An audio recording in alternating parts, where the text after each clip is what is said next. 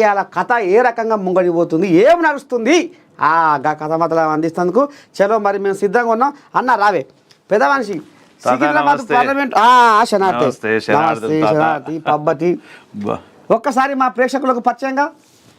అమ్మ టీవీ ప్రేక్షకులందరికీ నా నమస్కారం, గుడ్ మార్నింగ్.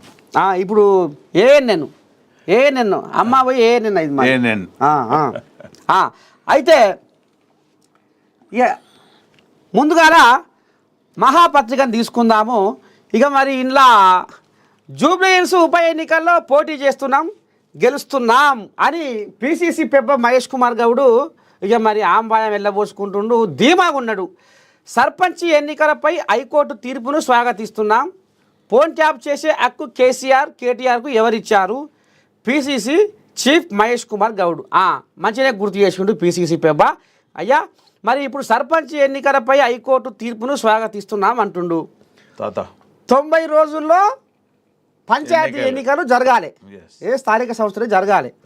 మరి ఇప్పుడు ఇలా 42% మీరు రిజర్వేషన్లు అన్నారు, ఆశ పెట్టిర్రు, ఇస్తారంటే వేసిర్రు. మరి ఇప్పుడు అది మరి రేపు మరి కేంద్రంలో అది మరి ఏమన్నా అమలు కాకపోతే బీసీ రిజర్వేషన్ జీవో జారీ కాకపోతే మరి సర్కారు ఏమన్నా ఇరకాటం పడబోతుందా? కేంద్ర పౌరులు మరి మీకు ఏమైనా సహకారం అందిస్తుర్రా? ఎట్లా చేస్తారు ఒకవేళ కాకపోతే ఏంది పరిస్థితి? కాకపోతే ఏంటంటే ఇప్పుడు 42% రిజర్వేషన్ అనేది బీసీల మీద ప్రేమతోని, బీసీలకు గత స్వాతంత్రం వచ్చినప్పటి నుంచి అన్యాయం జరుగుతుంది, వాళ్ళకి న్యాయం చేద్దామని 42% తెచ్చినాం. కేంద్రం దానిలో తాత్సారం చేసి మా మీద తప్పు దోస్తామంటే కుదరదు కదా. సో ఖచ్చితంగా వాళ్ళు ఇదివరకు చేయాలి.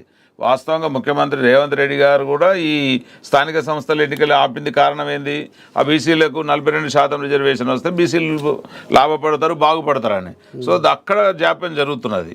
సో మేము ఎంతవరకు చేయాలి అంతవరకు చేసుకొచ్చాము. 100% జరగాలి, జరుగుతూనే మంచిది.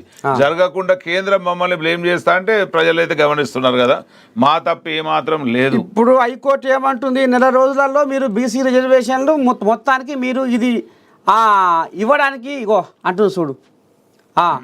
స్థానిక సంస్థల ఎన్నికలను నిర్వహించడానికి ప్రభుత్వం సిద్ధంగా ఉన్నప్పటికీ పార్టీ బీసీలకు ఇచ్చిన హామీని అమలు చేయాల్సిన పరిస్థితి ఏర్పడింది. మీరు అన్నారు ఇస్తారంటే బీసీలకు 42% రిజర్వేషన్ అమలుపై ప్రభుత్వం కసరత్తు చేస్తుంది.